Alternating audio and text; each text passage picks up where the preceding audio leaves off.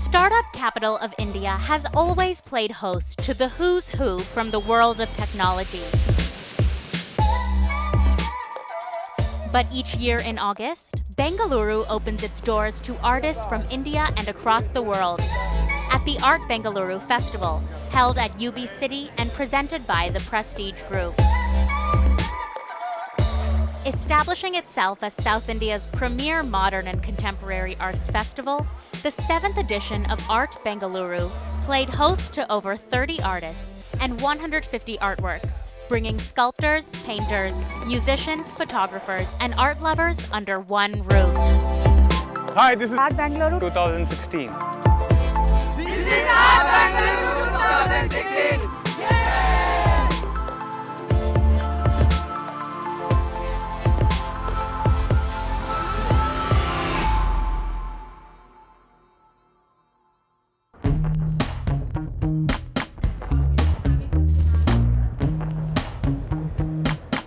The team behind Art Bengaluru transformed UB City into a meeting point for artists and Bangaloreans beyond galleries.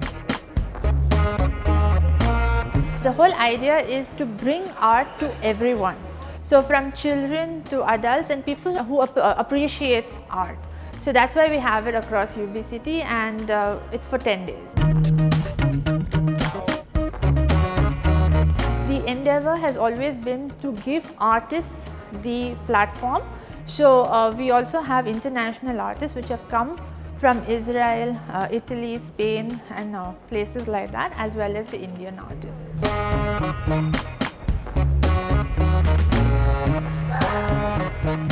Sometimes art shows, art exhibits can be a little elitist and a little isolating, if that's the right word, you know. It's just that if you are an art lover, if you have studied art history, etc., only you would necessarily get in.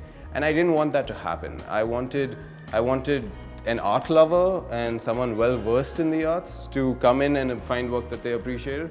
But I also wanted, like, my mom to be able to come by and see a work that she loves, just so I wanted it to fit everybody's.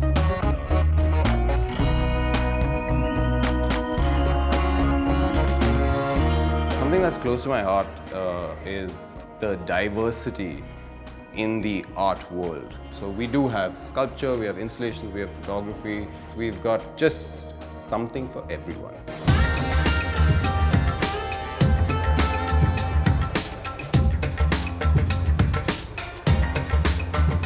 The distinct works of two Oroville-based artists Adil Reiter and Henk van Putten adorn the entrance of the festival venue for visitors who love their art, but also for those who chance upon it.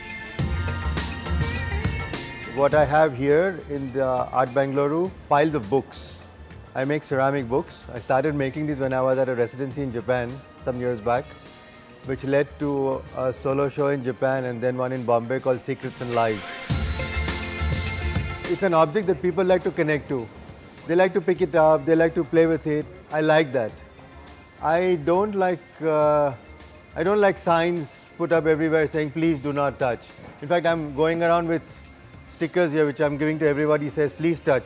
Because ceramic is a medium that needs to be felt and touched, and you have to feel the texture, you have to feel the crackle on the glazes and things like that.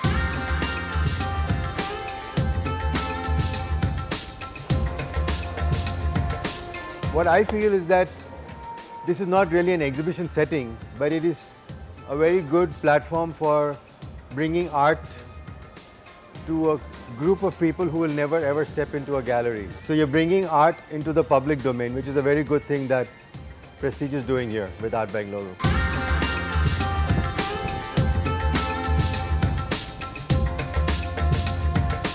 The work you see behind me is my uncle Henk van Putten's work. I help him promote it as he is an elderly artist and not used to traveling around very much. These are new works. He usually uses a lot of strict geometrical shapes that he then uses as building blocks to create artworks. And he uses different materials. He will make the same sculpture in wood, metal, cast bronze, or even steel frames.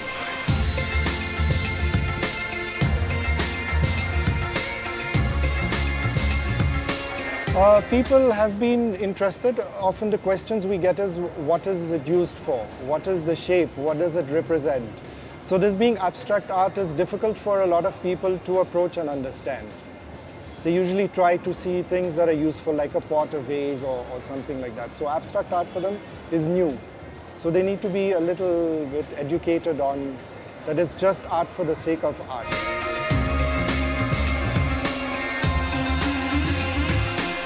As the day progressed and the creme de la creme of Bengaluru converged at the festival for the opening, excitement started to pick up. It is a privilege for the tourism department of Karnataka to associate with this festival for the first time. And Art Bengaluru has been a success. 7 years has seen unprecedented growth in terms of footfalls. So my suggestion and focus would be also from the government side is to promote the local art forms. So next year coming, I think there will be a lot of focus on the local art forms of Karnataka and also from the country to promote the local art forms, cuisines and cultures in this next 8th edition.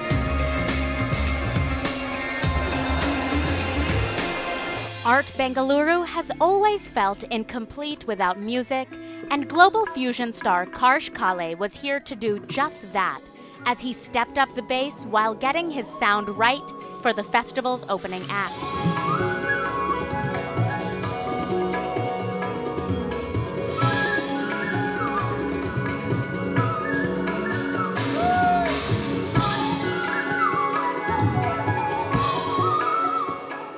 With over 100 artworks on display at multiple locations in UB City and hordes of events lined up for the power-packed 10-day festival, the Art Bengaluru app made it easier for visitors to get all the information they needed to move around, buy tickets, and attend workshops and more at the touch of their fingertips.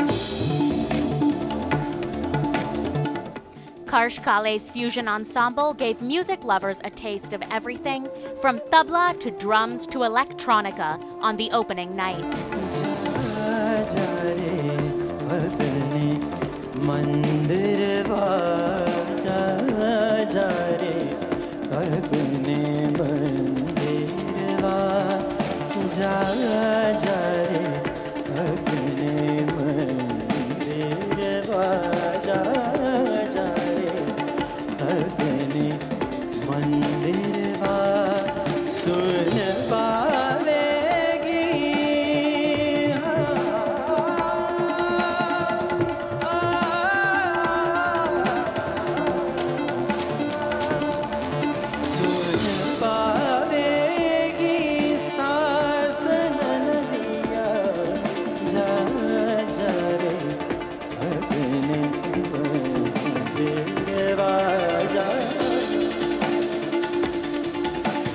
Karsh dons many hats, from a solo recording artist, producer, to a composer, a live performer, and a DJ exploring the worlds of electronica, Indian classical music, rock, jazz fusion, and hip-hop, which has led him to work with some of the most renowned artists from across the globe.